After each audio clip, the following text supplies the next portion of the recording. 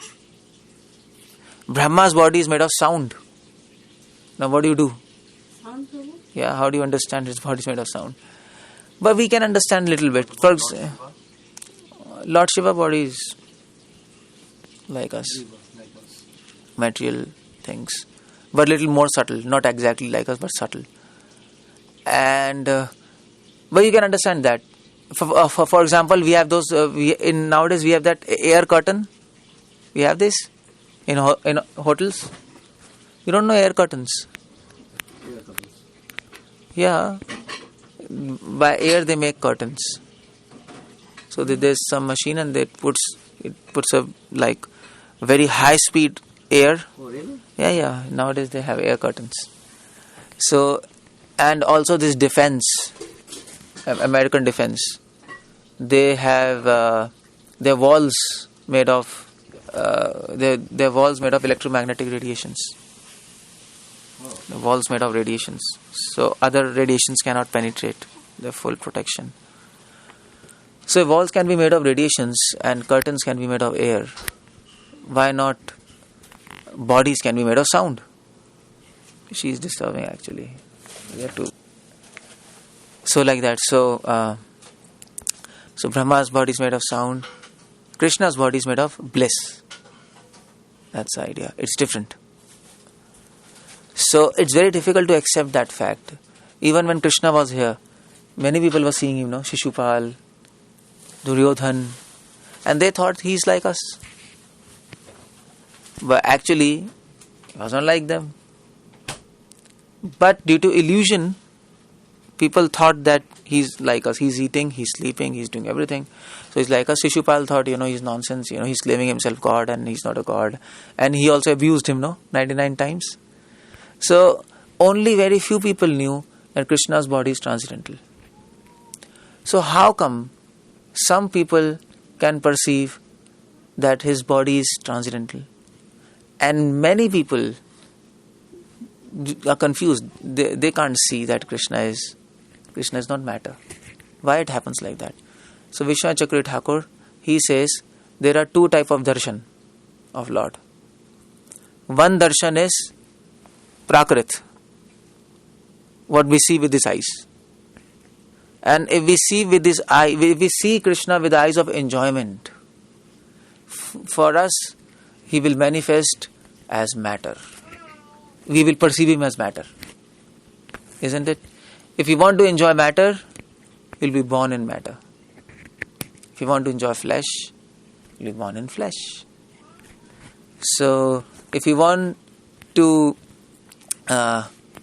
if you want to enjoy Krishna, if you see Krishna, if Krishna comes now, you will think, oh, Krishna is like us. Just like Bhishma, he was shooting arrows.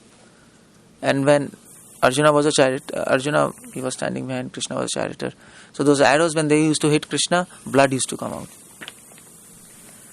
So people saw, yeah, he's like us, this blood, but actually it was illusion. But Bhishma knew, Arjuna knew, Yudhishthira knew, Vrajvasis, Dwarkavasis, they knew this is pastime, illusion by Krishna. So why could they perceive, why could others not perceive? Because there's another darshan, aprakrit darshan. When your eyes are free of all enjoying property, all enjoying tendency, when your heart is fully detached from this material world, then when you see Krishna, you know how Krishna will seem to you? When you see Krishna, you will see Krishna emitting light equal to millions and millions of sun. It will be so effulgent. And you can see Krishna's body is made of Ananda. That needs little realization. Just like here we are perceiving a stone, no? Why? Because we are stone. We are stone-hearted. We don't have love. So you will see Krishna as stone, simple. If your heart can melt for Krishna, then this stone will melt. And Krishna will reveal Himself. See, I am this. So Krishna says, Yatha mam prabhadyante tam sathaiv bhajaamiham. As you surrender, so shall I manifest unto you. Simple. This is the rule. The more near you are to Krishna, with your mind, with your heart, with your soul, the more He'll manifest. It depends on us. Simple. So Krishna says here, simple, they are to be the most perfect. Now you understand why second verse Krishna says, who worships my form, they are the most perfect. Here form means with this understanding that Krishna's form is transcendental. You have to always keep in mind. Okay, but next third and fourth verse he says, but those who worship unmanifested form, impersonal form, which is beyond senses, all pervading. People say, no, God is everywhere. People say, you make your mind empty, no thoughts, and then you will understand that inconceivable thing. God is power. You can't define it. He's undefinable. All these things. Krishna says, yeah, this is also a process, but it is very difficult. Fifth verse. For those whose minds are attached to unmanifested, impersonal feature of Supreme, advancement is very troublesome. Simple, no? Fifth verse Krishna says, simple. It is His decision. It's troublesome. So you see, more 99% gurus are this. 99% institutions are this. If you go to their class, they will say, okay, close your eyes, sit, chant Om, and make your mind empty. That's what. And then you're supposed to do that. But Krishna says it's very difficult to do that. To make progress in that discipline is always difficult for those who are embodied. So Prabhupada says, if there is lift, why to go by stairs? Are you fool? No. You choose lift, no? You don't choose stairs. So if there's an easy process of meditating on form of Lord and advancing, why to choose a difficult process?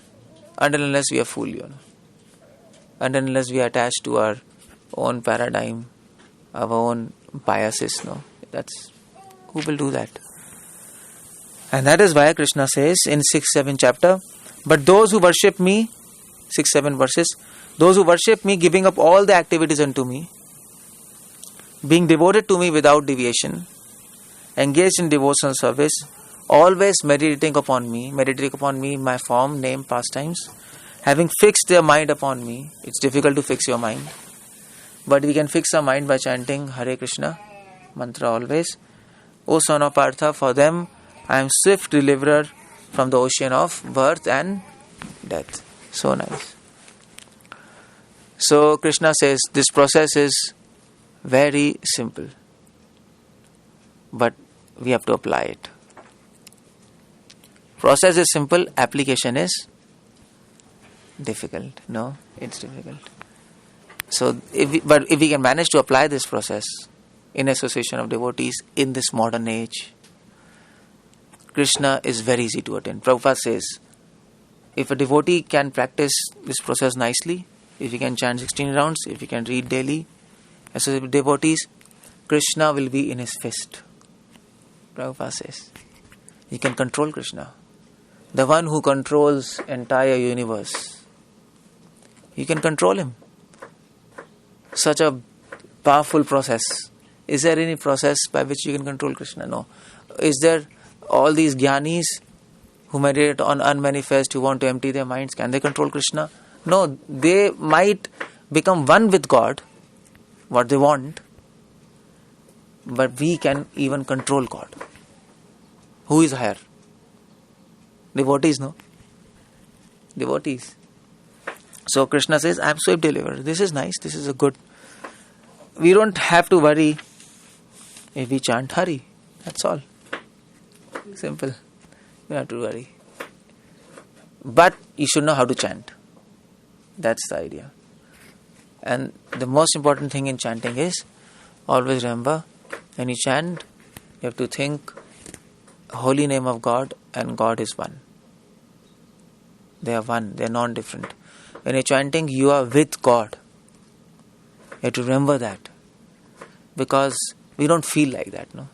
While chanting, we feel we are saying some words, Hare Krishna, Hare Krishna. But we are an illusion. That's why we cannot feel. For example, this example is given, no? For example, if you drink sugarcane juice in jaundice, it will appear bitter, isn't it? You know this, no? In jaundice, you have got jaundice. In jaundice, if you eat sweets, you have got? The taste will be bitter. It will not be sweet. In fever also. In viral fever, all this taste becomes bitter. It becomes metallic. But that taste is same, but it will change. So, Rupa Goswami says, when you are diseased, now we are diseased, no? When we chant, we are not able to realize we are with God. But nevertheless, we are with God. It doesn't matter whether you realize or not. It is there. So, but if we have this conception, okay, fine, I can't realize, but I know by information that this is God. And then you chant, that then you will be able to focus your mind. Otherwise, it's impossible. Impossible. If you can manage to do that, Krishna will do the rest. That's all. Simple. Prabhu, I have a quick question. Yeah. I was wondering, can we chant other forms a lot? Like a lot of people are devoted to Lord Ram or Lord Vishnu. Yeah, Ram, Vishnu, Narsingh, Matsya, Kurma, Varha, all these are incarnations of Krishna. No problems. But we don't chant names of demigods. That we don't do. But out of them, there are three categories of name. All names are categorized into three categories. One is secondary name, one is primary names, and another is sweet name. So what are secondary names? Secondary names of God are like, for example, Paramatma, Antaryami. These are secondary names. Why? Secondary names are those names of God which are connected with this word, material word. So Paramatma is connected with this word, no? This is in every atom. Antaryami, everybody. Or for example, we say God is what do we say? Vibhu. He is great. But that is also connected to this material world. He is. No. I'll come to this point. Okay. So this is secondary name. You got this point, no? And then we have primary names. Primary name means, for example, Narayan. Names of God which are connected which are names of God in Vaikuntha, which signify power. So Narayan signifies power, isn't it? Narayan, or maybe what else? Srirangam, Krishna, Vishnu is there. Ranganath, that is like, okay, mixed. So these names are there. But then there are sweet names. For example, Krishna. Krishna name doesn't signify, Krishna name is not connected to material world, no. When you chant Krishna, you don't remember material world. When you chant Paramatma, then you remember God and material world. They're connected. But Krishna, when you chant, Krishna means sweet, attractive. So that is sweet name. Or for example, Ranganath. This is also sweet name. Ranganath means Lord who gives Ranga. Ranga means enjoyment to his devotees. That's also sweet name. So these are sweet names. But the sweetest name is Krishna. Because that name has all names in it. Tua naam aneka suru, Bhaktivedanta Thakur says. When you chant Krishna, you can remember all names. But when you chant other names, you can't. It's not necessary that you remember Krishna. So that is why we chant Krishna. So it's important because by chanting other names, we will not reach Madhurya Bhav, Gopi Bhav, which is our target. These things might not be so important for you now, but when we advance, these things become important. In what kind of relationship we are with God, in Dasya Ras, in Sakhya Ras, in Madhurya Ras. So it is instruction of scriptures, chant Hare Krishna. When we chant Krishna, Srimati Radharani, she becomes pleased. When we chant Hare, Krishna becomes pleased. That's the idea. That is why we chant Hare Krishna. We don't only chant Krishna. You can say, no, we can chant Krishna, Krishna, Govinda, Govinda. They chant in South India. We chant Hare Krishna. Because Narottam Das Thakur says that, okay, yeah. So in one of his book, Pratana, he says, Radha name gaane bhai, Krishna charana paaye. Krishna name paaye, Radhika charan. If you chant Krishna's name, who becomes happy? Radha. If you chant Radha's name, who become happy? Krishna. So our idea is to serve God, no? So when we chant Hare, we remember whom? Krishna. It is Radha's name. Lord Krishna becomes pleased. Yeah, Lord God Krishna becomes pleased. So we remember Krishna. And when we chant Krishna, whom we remember? Radha. But when you chant Hare, you also remember Radha. When you chant Krishna, you also remember Radha. So this is the thing. That is why this mantra, you might ask me, why it is not Hare Krishna, Hare Krishna, Hare Krishna, Krishna Krishna? Why it is such a specific combination? No, Hare Krishna, Krishna Krishna, Hare Hare. Why it can't be Hare Krishna, Hare Krishna, Krishna? It doesn't. There's a science behind it. Because with every name you chant, you develop a particular mood. Until that time you read to Hare Ram, Ram Ram, Hare Hare, then you are in a particular mental frame to serve God. These things might not appear anything sensible to you now. You might say, what's happening, We can't even concentrate on chanting. But nevertheless, we should know, no? We should know it's a science. Somebody might ask you, why not chanting something else? This combination has a particular science behind it. Bhaktivedanta Thakur has written a book, Bhajan Rahasya. He has explained all these things behind this. So, that is why these combinations are there. 16 letters. As you chant nicely, things will be revealed to you according to your sincerity. Krishna knows He is there in your heart. He has locked this knowledge. You can read, but it will not be revealed to you. Reading and revelation is different, no?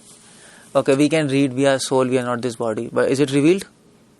Is it revealed to you? No. There's a difference. And that switch for revealing is in Krishna's control. There's a switchboard here. So when He ons that switch, we can realize, oh yeah, I am soul. If He doesn't plan to on that switch, you can keep on hearing, but you will never realize that this knowledge is there. That is why this knowledge is called open secret. It's open secret. It's open, but still it's secret. Everybody in India knows Atma, Paramatma, Punarjanma. Everybody knows, but nobody knows. Realization is different. So, that is why Krishna says here, in 8th verse, he gives a technique to get realizations, to get revelation. What? Just fix your mind upon me. Krishna says, 8th verse, 12th chapter. He says, don't think about nonsense things. Don't speculate. I'll do this, I'll do that, I'll do this. No. Leave all processes. Take one process of chanting and hearing. Leave all shelter of all demigods. Take one shelter of me. Leave all books. Read one book, Gita. Leave all mantra. Chant one mantra. Mahamantra. Just fix your mind upon me and engage all your intelligence in me. Not only mind but intelligence, because to control mind you need intelligence. Which is higher, intelligence or mind? Intelligence. Above senses there is mind, above mind there is intelligence. Mind can think, okay, mind will be confused whether I should eat this or that. Who will decide? Intelligence. He'll give decision, no? So Krishna says not only mind, you have to apply intelligence. This is important. Because devotees generally, when they come to devotion, they leave intelligence in their home and then come to this program. And they think devotion means, oh, it's so nice. It is nice, but don't forget your intelligence. We are discussing 8th verse. So, engage all your intelligence in me. Engaging intelligence means understanding philosophy. Isn't it? So, Krishna says both mind and intelligence. Mana and buddhi. So, how you apply mind? By thinking about Krishna. How you apply intelligence? By understanding the philosophy of Krishna. People who only think about Krishna, they don't understand philosophy, they are sentimentalist. People who only understand philosophy, they don't apply their mind, they don't relish the bliss, they are fanatics, speculators. We should do both. Both. We have to relish the taste, and simultaneously we have to understand him. We have to love Krishna and also try to understand him. Both things. Don't just do one thing. Majority of population, Indians, are in this section, only mind section, no? They apply just, they come, oh, Krishna is nice, so beautiful, so loving. That's okay. What about understanding him? Then people say, you can't understand God. That's the argument, no? Who can understand God? Nobody can understand God. He is infinite, he is unlimited. What do you want to understand God? Simply love him. People say like that also. Prabhupada said that also in one of his lecture. Simply love Krishna. Do not try to understand him, Prabhupada says. But in another lecture, Prabhupada says, if you don't understand him, how will you develop love? So both things are there. So, but what is applicable to us, we have to see. For us, simply love Krishna, do not try to understand, that's not applicable, no? Because simply love means we don't have love. How do you love? It's not artificial thing, no? So for us is first understand, then try to develop attraction and then love. That's why Krishna says both. This verse is very important to help people understand. We need philosophical understanding also. Krishna conscious movement is not only to eat prasadam and dance. It is also to understand Krishna. That's very important.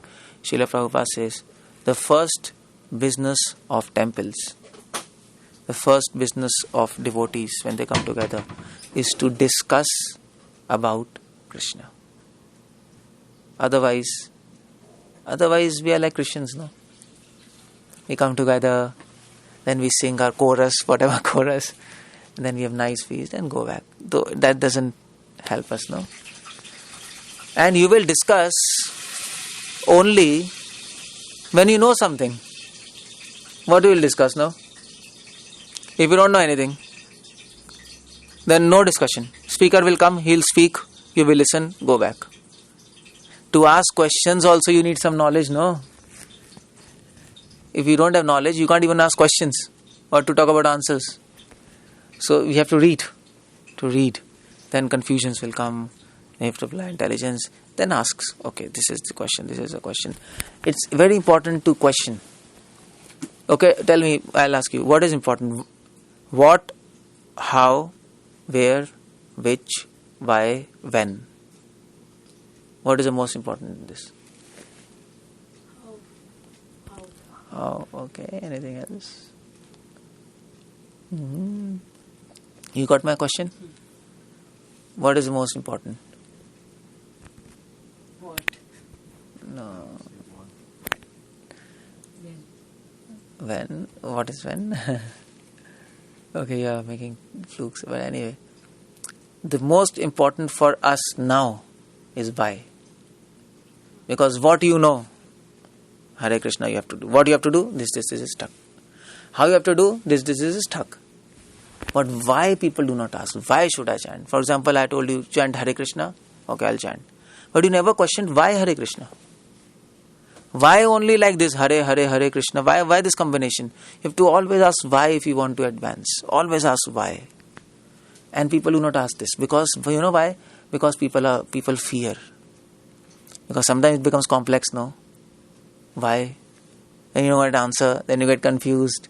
Tell man, forget this. Don't encounter this. Why? You have to encounter every step. Just like last night I was giving lecture. I was asking you why, always. You were answering in how. And that doesn't make any sense. Science means why.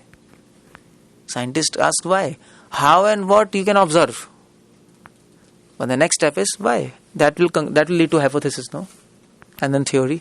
So that is important. But when you advance, then the most important question is when, not why. Because when you are clear why I have to do everything is clear. Then you practice devotion. Then you become attached to Krishna. And then the question comes, when will I attain Krishna? All our songs are when, no? Hari Hari Vifale Janma Guna, I know we sang yesterday. Narottam Das Thakur says, Krishna, I wasted my life. When will I attain your lotus feet? This is Chaitanya Mahaprabhu's mood. When will I attain Krishna? When will I meet Krishna face to face? So at that point, when becomes important. Now is why, in advanced stage, when. And both these questions are not there, no? At least, presently, people do not ask. So do that. Whenever you read anything, the system of reading is put why in that. Okay, why is Krishna saying like this? Then you will understand. Then you will enter the depth. Otherwise, you'll simply swim. You'll simply float. But you have to dive, no? Unless you don't dive, you don't reach the bottom. If you don't reach the bottom, you don't get jewels. That's important. So thus, if you do like this, if you ask why, so intelligence asks why. Mind will ask how and what. Krishna says both. He says, no, fix your mind upon me and engage all your intelligence in me. Thus you will live in me always without a doubt. Then you will be connected with me. Otherwise, mind will become weak sometimes. Then you come in devotees, it becomes strong. Then your devotion will go like this, no? He was asking that question, how to fix our faith? It doesn't happen. Then sometimes you'll feel strong, sometimes weak, sometimes sadhana will go strong, sometimes you'll again come down. Krishna doesn't become much happy by that, no? If you want to make your boss happy, what do you have to do? Daily you have to go to office, no? Sometimes you're going, sometimes you're not going. You say, anyway, I'm coming. But while you have to come daily. That's the idea. So daily, every day, we have to be sincere and follow a particular discipline. We should do. Every day we have to chant. Every day we have to read. No day should pass without reading. Whatever time you have set. Half an hour. No matter how much busy you are. Prabhupada said, don't sleep. In exams, we don't sleep, no? You don't sleep, no? You're all students, no? When exams approach, you sleep in the night, you sleep less, no? You go to canteen, drink coffee or whatever. So for exams you can do, but for Krishna, you can't do. Is this exam more important than the examination of death? Is your studies more important than the study of life?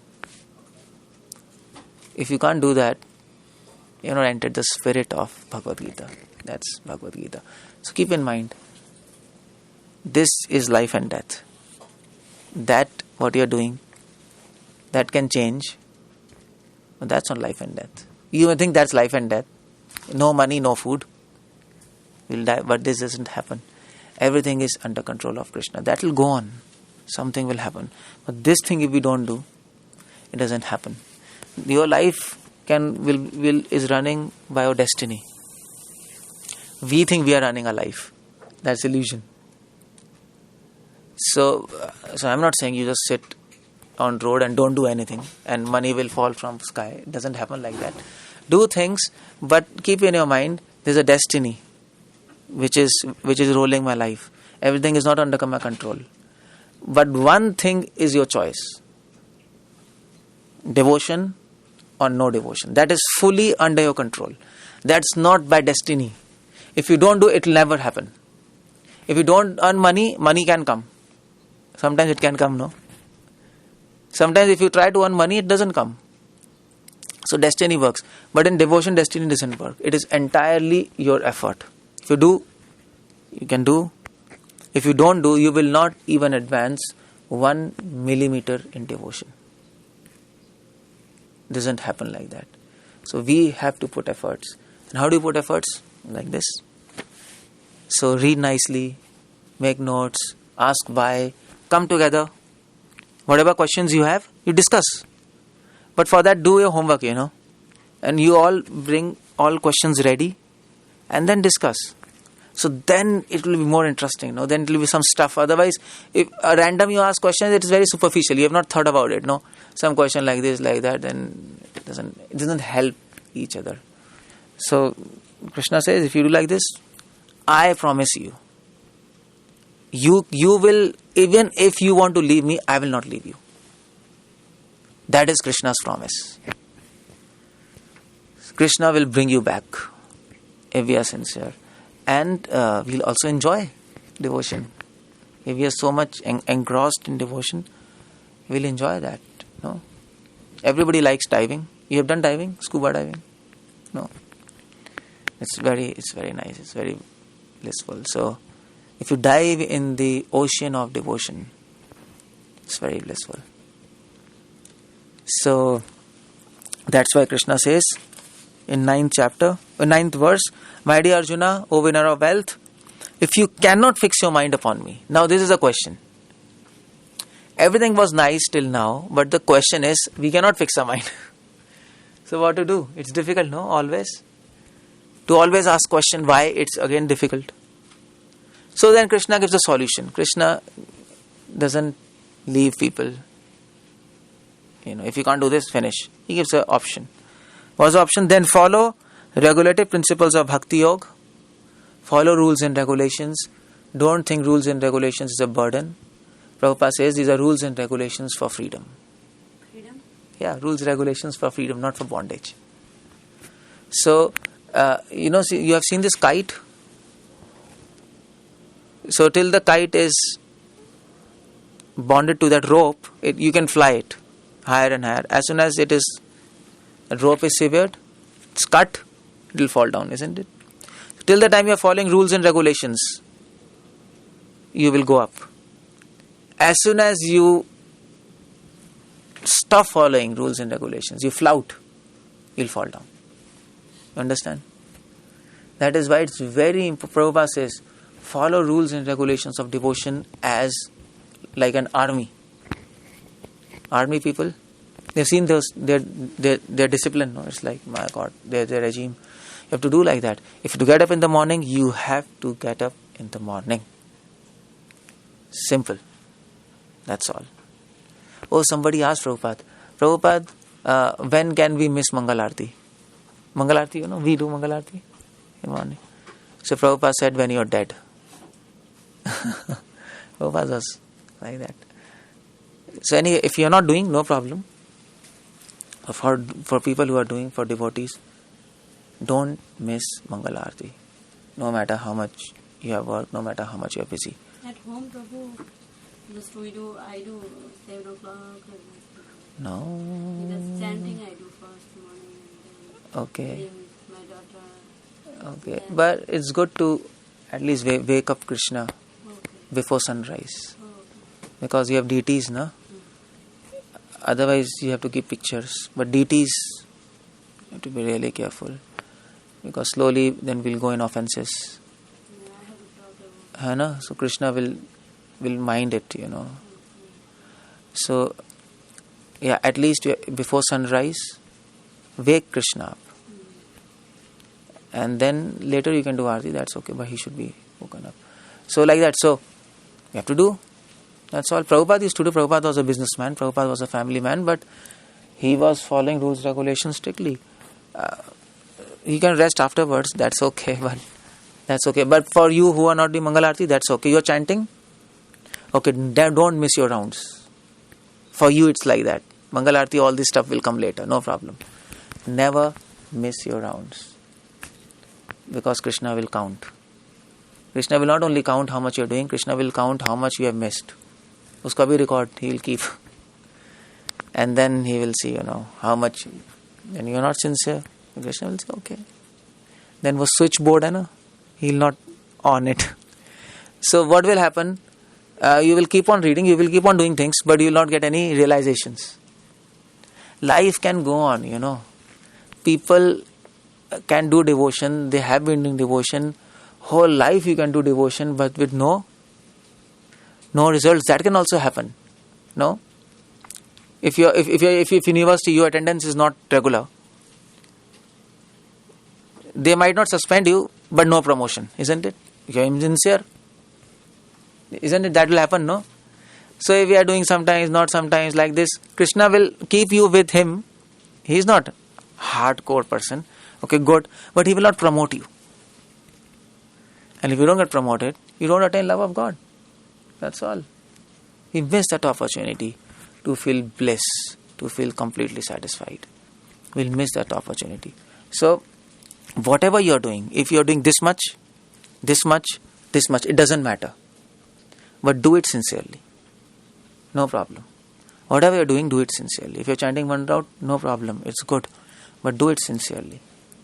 Do with proper concentration. Give time to that. With love and devotion, chant and read some Bhagavad Gita. That's all. Finish. That makes sense, no? That's why Krishna is saying, if you can't do, follow rules and regulations. And by following this, what should be the result? Krishna says, in this way, develop a desire to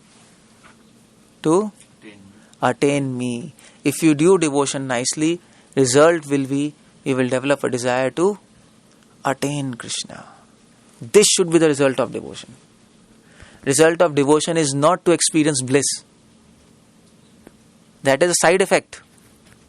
That's not the result. Devotees think, now I have come to devotion, I am feeling bliss and happy. This is nice. This is nice, but this is not the desired result. That's a side effect. You will feel happy. Result should be, you should develop a desire to attain Krishna. If that is not coming, then you are not following the process properly. There is some problem in your following the process. There is not a problem in the process. Probably we are not sincere, we are not following properly rules and regulations. That's the point. You getting my point? We should not be confused by that. We should develop a desire to, when will I attain my Krishna? That should come in your heart. Okay, this is the target of our sadhana bhakti. It's not bliss. It's not peace. It's not satisfaction. You all coming here, you are feeling peace and satisfaction. It's nice, no? But don't judge your devotion by this. Get my point? If you come to Krishna, anyway you will become happy. But you have to focus how much desire I have getting to attain Krishna. By that you have to judge how much good you are doing. It's a difference, isn't it? It's a difference. So when you come in front of Krishna, when you take darshan. If you do sadhana nicely, then as soon as you see Krishna, your heart will pray, your heart will start crying, Krishna, please accept me. I have not attained you. Please accept me at your lotus feet. No. Then those things will happen if we do nicely. If we don't do nicely, we'll come in front of Krishna. Oh, Krishna is nice, he's beautiful, okay, good, finish. That's not finished. You're not even started. So you have to be careful what we are doing. That is why Krishna is giving. I told you this signs. We have to be clear what we are doing and what we'll get. It makes sense? That's okay. And then Krishna says, just 2 verses. Krishna says, but now, if you cannot practice rules, regulations of bhakti. If somebody says, my God, I can't even follow this rules, regulations. For regulated principle, chanting Hare Krishna, I can't do this. Why? So what you have to do? Krishna says, no problem. I'll give you one more option. Then just try to work for me. Work for me means work for me and my devotees. Then serve my devotees, no problem. Just like you're coming to program. If you cannot chant 16 rounds, no problem, chant 1 round. Come here, serve devotees. Serve Krishna. That's a good thing. So, and then if you do like this, because by working for me, you will come to perfect stage. Me includes devotees also. So slowly, if you come to Krishna, you work for him, then slowly you will develop a desire to follow rules and regulations. You'll slowly come to 16 rounds. Just like you didn't chant 16 rounds in one day, no? You didn't chant 16 rounds in one day, no? Slowly you came up, no? Slowly, no? So, slowly. And before that, what you were doing? You were coming to program. That is service to God. Coming to program is service to God. You took your time and came here, no? That is service. And you might be helping Mataji in cooking or whatever and serving. So, okay, if you can't do that, do this. Slowly you will become strong. And then you will be able to follow 16 rounds, rules, regulations. And if you do that nicely, sincerely, you will become more strong. And then you will attain a desire to attain Krishna. And then from that point, real devotion starts. Before that, practice devotion. From that point, real devotion. Before that, sadhana bhakti. After that, bhav bhakti. Bhav bhakti is real bhakti. Krishna doesn't give technical names. I am giving you. Now, if somebody says, I can't even do this. I can't even come to programs and be with devotees, then what to do? I am going to hell? Krishna says, no, there's one option more. If you are, however, unable to work in this consciousness of me, if you are unable to chant, if you are unable to come to programs and serve devotees, then try to act, giving up all results of your work and try to be self-situated. If you can't do anything, at least be a pious man.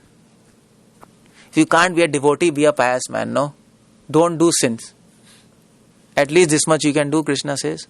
Because if you are pious, there is lot of chances that you will come in contact with devotees and then you will accept their things, no? Just like your people who are up. You invited them so many times, no? Indians, but they never came because they're sinful.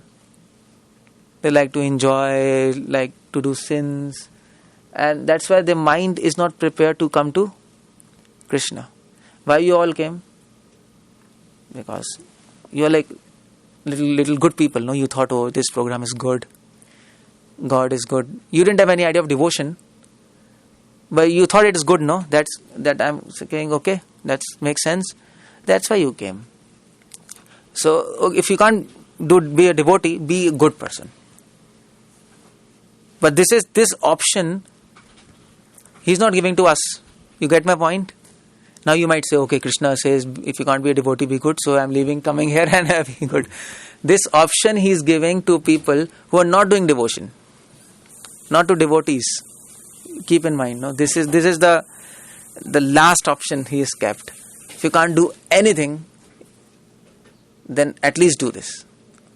But don't be stuck on this platform. Got my point? Try to come to devotion.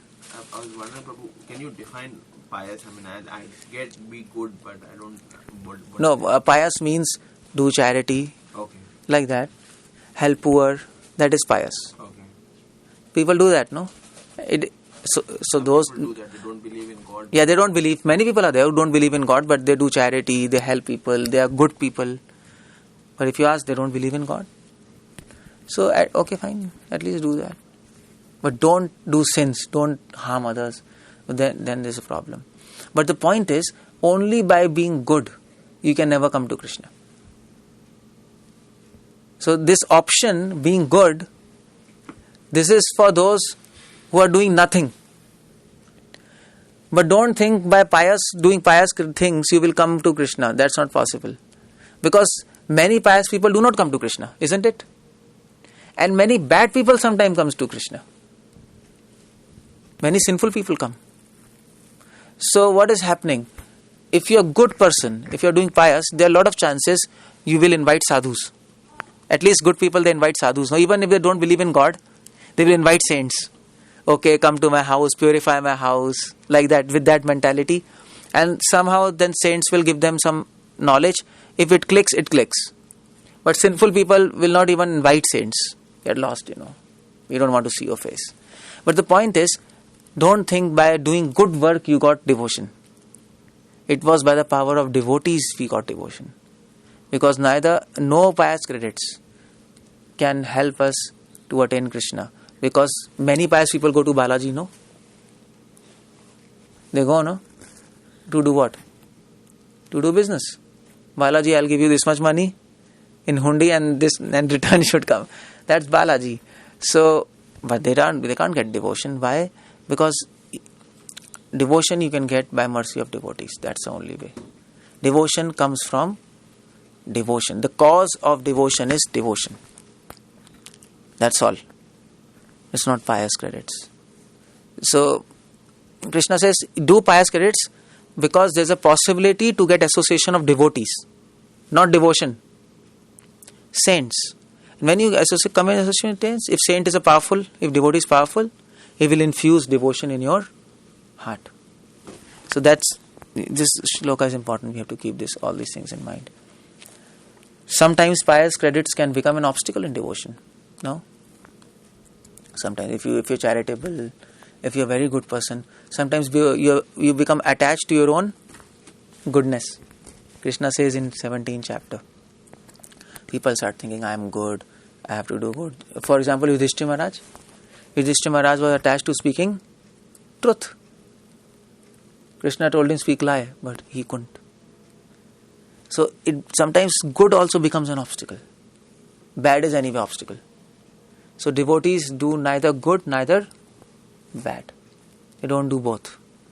They are only interested in serving Krishna. And if you serve Krishna, automatically everything good will happen. You don't have to focus on good. If Krishna is satisfied, all are satisfied. If Krishna is not satisfied, you can try to satisfy everyone, nobody will become satisfied. Even you yourself will not become satisfied. So that's what Krishna gives. And then he says, then you can read afterwards, till 20th shloka, he says qualities of his devotees. That you can read. This is the chapter. Any questions you have to ask? I'll just stop here. Yeah.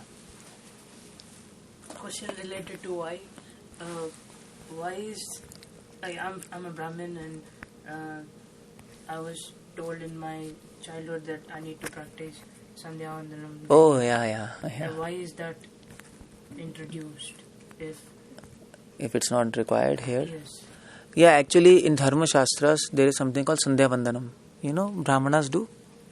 Like in morning, in afternoon, in evening, they'll take bath and with a thread they will chant mantras. It's a long procedure, Sandhya Vandanam. So, but in ISKCON, in Krishna Conscious Movement, we don't do all those things, Sandhya Vandanam. Why? Because of two reasons. One is Sandhya Vandanam is replaced by deity worship.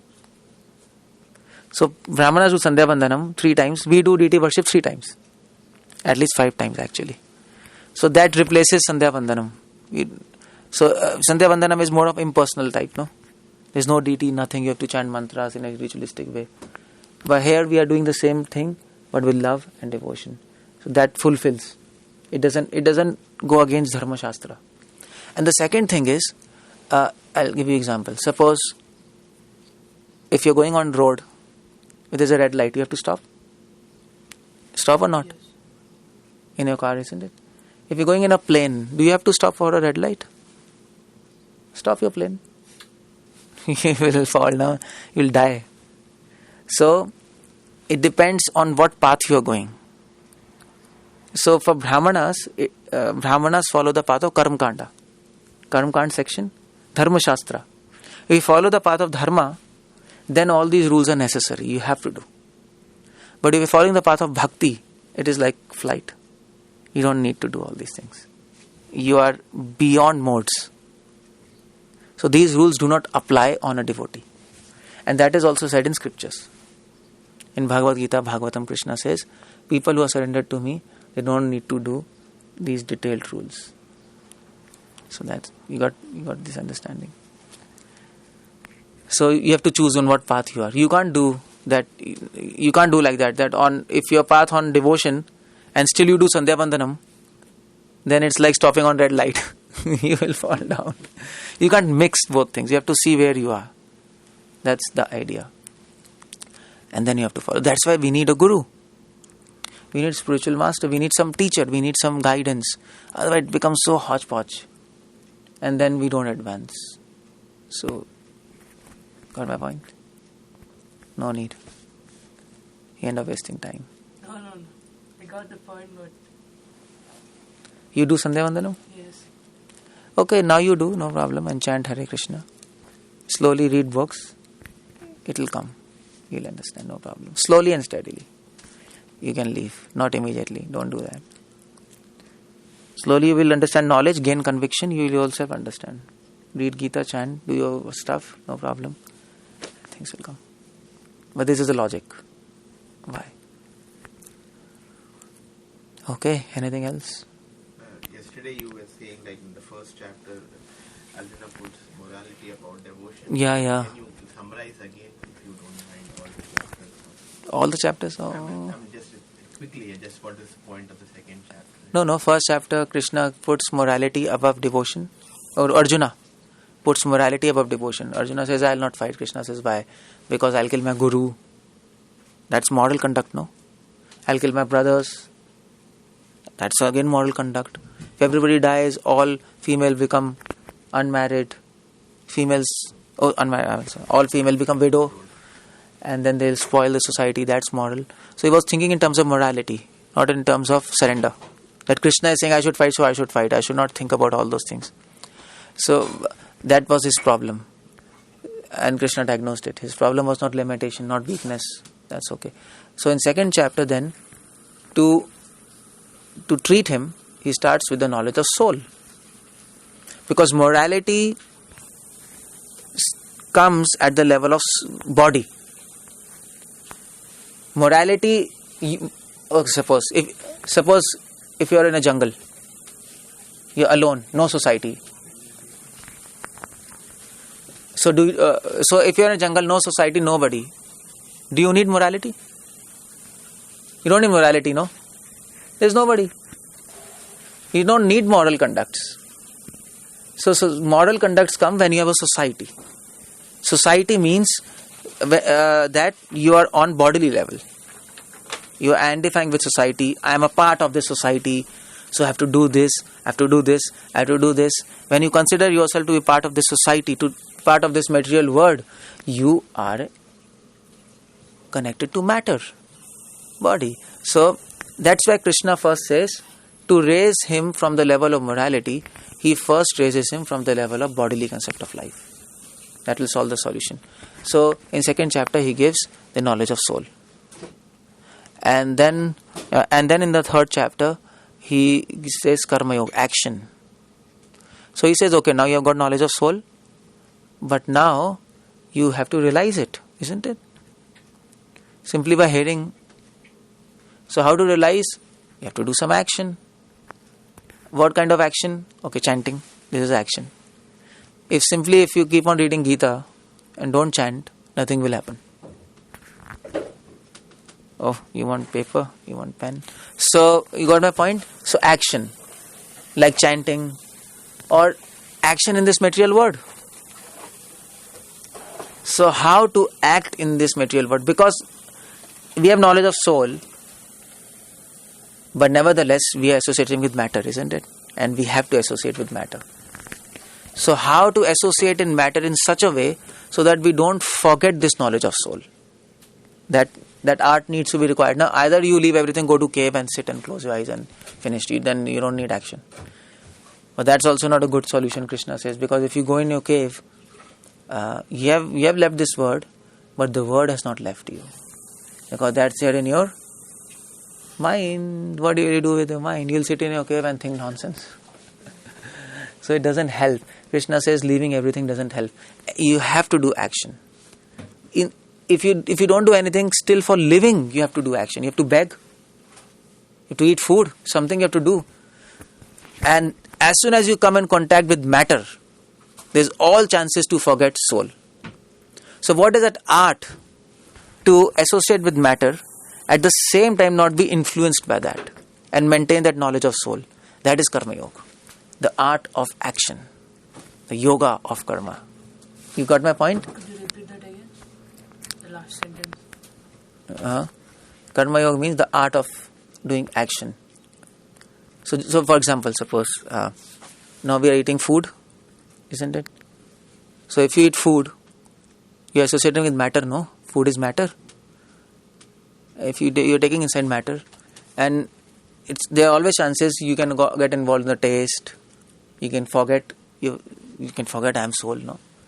So what is the art? How to do these actions in such a way that we don't forget I am soul? Okay, offer to Krishna and take as prasad. So when you take prasad, then you'll remember Krishna and soul. That makes sense. Or when you are in this laboratory, material world, then you have to interact with it in such a way so that you don't forget this knowledge. Buddhi Nash Upanishati. You got my point? Karma Yoga. That's a training of action. So you get knowledge, then action. Then in 4th chapter, Krishna says, if you do like this sincerely, you will get wisdom, realizations. I told revelation, realization is different from information, realizations. Then you can feel that I am soul, I am not this body. No logic is required. If you come to 4th chapter, if you can understand, you can close your eyes and you know I am not this body. Finish. Just like you close your eyes, you know that you are not this shirt, no? You can feel that? Or you feel I am this shirt? Everybody feels I am not this shirt. Now, even if it's in our body. Do you need any logic for that? Do you need any logic? Or I should prove you? No, you don't need to prove me, and you know. I know, bhaiya, I am different from this. I don't need to prove you. Similarly, this is wisdom. When you come to 4th chapter, you can close your eyes and you know you are not this body. Finish.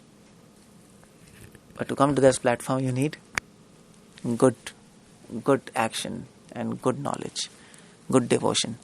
So 4th chapter is where transcendental knowledge, wisdom. And once you come to that platform, then 5th chapter comes. Okay, Krishna says, fine. Now you got realizations. You understand you're not this body. Now you act on that platform. Action in Krishna Consciousness. Now you act and help others. You have understood, no? Now you help others. Now you'll not forget. Because you know, we do so many things. We go to college, we go so many times. Are we confused? Maybe for 15 minutes. Maybe I am this shirt. My God. We become confused? No. We'll never become confused. We will never become confused. No matter what we do. Because we know. So 5th chapter is, then you do actions, you help others. Devotee in wisdom will never become confused. He knows his body. No power can convince him that he is this body. So that is 5th action in Krishna consciousness. So, and then 6th chapter Krishna says, whatever you do with attention, dhyana yoga. Do with attention. Because once you have got realization, you can lose it also. No? There is Maya also, you can lose it. Be careful. Don't lose these realizations. This is your real wealth. This is your real ornament. Keep it as a treasure with you. It's a secret which is revealed to you only. Nobody else. So keep it nicely. Safeguard it. Carry it. That is 6th chapter. Dhyan Yoga. Carry your realizations with dhyan, with attentiveness, carefulness. Don't let it get destroyed. And then 7th, 8th, 9th. Got my point? This is how we understand Gita. What is 7th, 8th, 9th? Oh, 7th, 8th, 9th, Krishna is telling about himself and devotion to help us advance, so that we can get this. So that's all these chapters in some practical sense. Karma Yoga, Jnana Yoga, Bhakti. People know, but people don't understand, no? What is Karma Yoga, Jnana Yoga? People think these three processes are separate. Karma Yoga is different, Jnana Yoga is different, Bhakti Yoga is different. It's not like that. It's all one chain. Okay, so you got this point? Okay, that's all. So, my question is simple question. What's the difference between Karma Yoga and Karma Kanda? Like, Oh yeah, Karma Yoga. Karma Yoga is art of action, the yoga of action, in such a way so that we don't forget knowledge. We have to act in such a way we don't forget this knowledge. That is Karma Yoga. Karma Kanda means ritualistic actions. Karma Kanda has nothing to do with knowledge. Simply some actions without understanding. Some mantras you have to chant according to Vedas, Yagya, finish. That is Karma Kanda. It is Kand. Kand Hindi word is Kand ho gaya. right. You know this Kand, no? ये कांड हो गया, वो news में आता नहीं रहता. What was that? Kanda, some incident. Incident. So Harshad Mehta Kand or Lalu Prasad Yadav Kand, you know, all this. So the Karma Kanda, scandal. Kand means scandal. Karma Kand means scandal. But like in Karma Kanda, there are so many mantras and ritualistic. But there is also some knowledge behind these kind of mantras, right? Yeah, there is knowledge. Not go beyond that. That's why if you do with knowledge those things, then it becomes Karma Yoga. Okay. But these Brahmanas, they follow Karma Kanda. Without knowledge they are doing. That's why they become fanatic and all these things come. Otherwise it's Karma Yoga. Okay. If you do karma with knowledge is Karma Yoga. Yeah. If you do karma without knowledge, It's Karma Kanda. Yeah. Because otherwise, even in the Vedas, the Karma Kanda doesn't just come Karma Kanda only. Because it has also given the knowledge. Everything is there. But Everything people is don't read that. Yeah, Don't go beyond that knowledge. That is why it is called Karma Kanda. Yeah. If you do without knowledge, it's called Karma Kanda. If you do with knowledge, it's Karma Yoga. So karma. So Karma Kanda is not there in Vedas. Not? Karma Kanda is a way of interpretation. Yes. It is not there in Vedas. Yes, not there in Vedas. Yes, because that knowledge there. That knowledge is there. Karma Yoga is in Vedas. Yes. You got my point? Yes, but people practice as a Karma Kanda. Yeah, as a Karma Kanda. Okay. It is not there in Vedas. Not in, yes. Okay, that's I wanted to know. Yeah, I got your point. Yeah, I got the point now. Yes. So there is no Karma Kanda in Vedas. Yeah. It's Karma Yoga, but people interpret it as a Karma Kanda. Yeah. The action they use as a Karma Kanda, not the Karma Yoga. Yeah. That was my confusion always. Why Karma Kanda in Veda? Why Karma Kanda Yeah, in Veda? yeah. It should not be there. Okay. Very nice. So, that's it. Everything is clear. Now you have to act and do things. Okay, Jai Srila Prabhupada ki Jai.